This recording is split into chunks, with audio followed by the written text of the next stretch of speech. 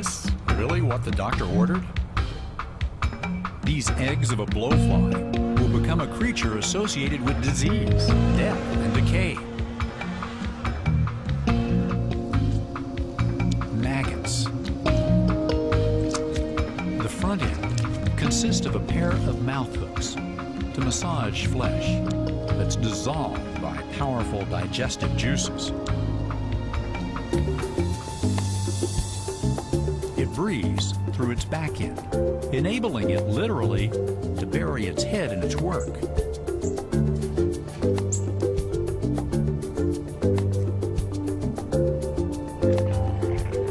Disgusting, perhaps, but some doctors see them as highly effective at cleaning up dead or infected flesh. I personally think that these maggots are wonderful creatures. I consider maggots my microsurgeons. I consider them the facilitators of my patient care. I am amazed at what they do.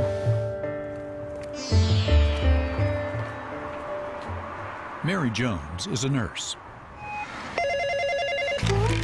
Hello, Mary Jones speaking. Can I help you? And enthusiastic maggot breeder. That's me, yes. They can ingest the infection and digest it. They will just gobble it all up. Why not? They are wonderful. Welcome to Mary's Biosurgical Research Unit in Wales. The room is buzzing because it contains more than 25,000 blowflies in various stages of development. When they are 3 days old, we give them a liver feed, which makes them fertile, brings them into their fertile stage.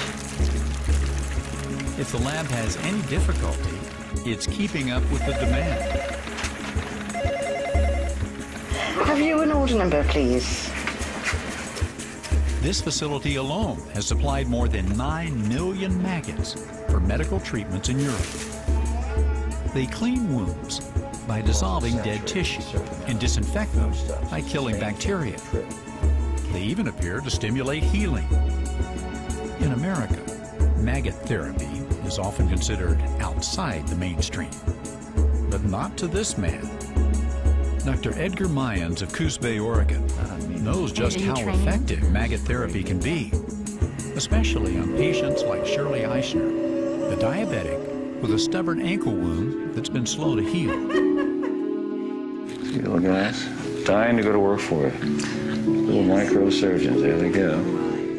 Dr. Mayans is one of the relatively few doctors using maggot therapy. In Britain, Mary Jones is an old hand at the process. So we put the top back on and we just gently agitate the pot to wash them all down into the saline. Okay? We take them. Just going to tip them out now onto the net, and the gauze underneath will wick the moisture through. There are approximately 300 hungry young maggots in this squirming little pile. Before application, each one barely measures 2 millimeters in length. 3 days after being placed on a wound, their collective weight will have increased more than 20 times. Good morning. Good morning. Hello, Mary. Looking good. We're just going to be taking the dressing off today, taking the old maggots off and putting fresh ones on. Okay? And Marion's going to be doing it. Okay? This will be Mr. Hughes' second in a series of 3 treatments to clean up an infected wound that had plagued him for weeks. It's beautiful, it's lovely and clean, and it's beginning to close in, it's beginning to get smaller, the edges are contracting in. That is a beautiful wound. Oh, dear me. Are you pleased with the results, Mr. Hughes? Oh, definitely. I'm in their hands, I know, but they're brilliant at their job. In America, maggot medicine was introduced during the Civil War. But the practice was abandoned when antibiotics came along in the 1940s. Its reintroduction here has been slow to catch on. Still, for some patients, the best medicine may be closer than they think. Sponsored by National Geographic Mission Programs, taking science and exploration into the new millennium.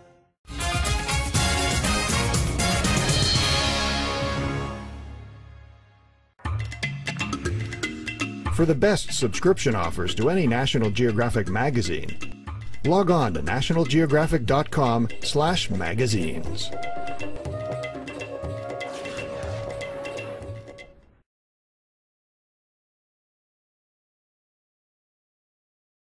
This is UNC, go ahead. Patient was found face down by bystanders.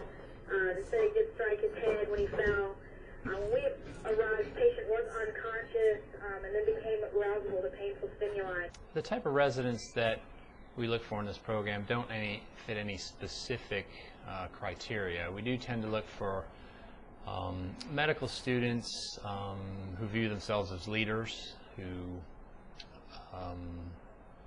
want to pick a particular area of medicine or area of a specialty and make a mark on that area.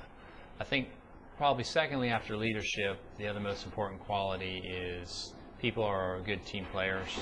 Emergency medicine is a unique specialty in that we interact with many different specialties, many different types of healthcare workers. So attracting residents and physicians who work well with others is of paramount importance. The type of person or personality that's exemplified by the residents and the attendings and the staff here at UNC are, if you had an image in your mind of what is a great provider perceived to be here at UNC, would be someone very community oriented who listens a lot to the patients, to your coworkers, to the staff here. Energetic, positive attitude, highly motivated, but always knows how to have fun and how to make this a place that the people you're working with also want to be. I think the first thing that we try and do with any kind of thinking process is we try to approach things, all of our faculty are trying to approach things in a manner that is in a team type of an environment. So what we want to do is have them come to their own conclusions. Our job as an attending is to help them along with that thinking process. So what we really try and do is get them to come to the conclusions on their own. Now sometimes it takes a little bit of adjustment and sometimes a little bit of guidance, but for the most part, our job is to guide them as kind of a coach more than really a teacher. As they progress, you can tell the difference in their teaching, explaining, and explanations, and that enhances all of us to work together much better. As far as teaching the interns, it's working with them, asking them if they need anything, kind of watching them sometimes. The best way, though, is for interns to really speak up and take advantage of the experienced RN's experience and knowledge and ask for it. You can get good training at a lot of programs, and I knew that, but when I interviewed here and when I met the people here, the residents and the attending doctors, I felt very comfortable, and they made me feel like if I came here I'd be happy, and they made me feel like I'd be part of a team, and they made me feel like I would not only receive the training that I needed, but it would be a pleasant experience for the next 3 years. I did medical school here at UNC, and so I got to know a lot of the faculty pretty well, as well as the residents, and it always seemed to be a very family atmosphere, supportive environment. Everyone got along well with each other, and folks had a lot of fun. And I was always impressed with the knowledge base of the residents and the work of the faculty in research and the way they spent time with students and residents, especially in teaching them how to become better emergency medicine physicians. In a broad sense, decision-making has changed from the time I was an intern, where I had questions about nearly everything that I was doing with patients. From, was I asking the right questions? Was I eliciting the right findings in terms of physical exam? Was I looking for the right things? And to making the diagnosis, to writing the orders. At this point, I feel that by third year, there are many things that become bread and butter in emergency medicine, like any other specialty, and that you're comfortable with and you know how to think about and how to approach. But every day there are many challenging patients and difficult questions to be answered, and those are the patients that I'm able to spend more time with the attendings and sort of get feedback about my thought process.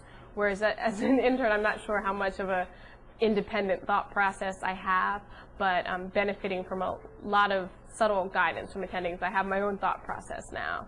What you can see in that transition from first year to third year resident is that they become teacher. They become the coach. They're the ones that, as you see them progress and mature through their experiences and through what they glean from their practice as they go, is that towards the end of their training, we're learning as much from them as they are from us. So you really see them become discriminating and getting to the point where they can practice independently, which is the goal of what we're doing. The beauty and the curse of emergency medicine is that it's completely unscheduled care. So at times the place becomes very, very hectic and busy. And actually I think that's true of almost all departments in the country, whether you're in training or not in training. So you need to learn how to adapt to those environments. And I think when we operate in that manner, the residents learn to see patients a little bit faster. They learn to interact with both the attending and other healthcare workers in an expedited manner to take care of everyone. So I think, you know, like everyone else, we're busy at times, but there's also learning to be done in that environment, learning how to manage that process. In our emergency department, residents are the heart of our program and faculty are the soul of the program. And the two work together to provide good clinical care and provide a great teaching environment. Our vision for the emergency department and for the emergency medicine residency is to produce residents who help us fulfill the academic missions of an academic emergency department. Of course, the first two are clinical care and teaching. The other two are administration and research, and those are done behind the scenes, usually, with a lot of faculty involvement and time. We do expose our residents to research and administration. We really look for residents who are going to work with us to become lifelong learners and teachers of emergency medicine. We look for residents who feel it's an honor to be a physician and to share very private and intimate moments with patients at times when they are most vulnerable. My hope for the future as a physician is to, as much as possible, live up to the image in my mind of who I should be as a person first, and what that means, who I should be as an ER physician. I think that sort of idealized image and the goal I seek to live up to is shaped by my parents, by my growing up, and very, very much by the role models that I've had in medical school who were actually attendings here in this department, that these are the people I looked to, and I said, that's who I want to be. That's the kind of doctor that I want to be.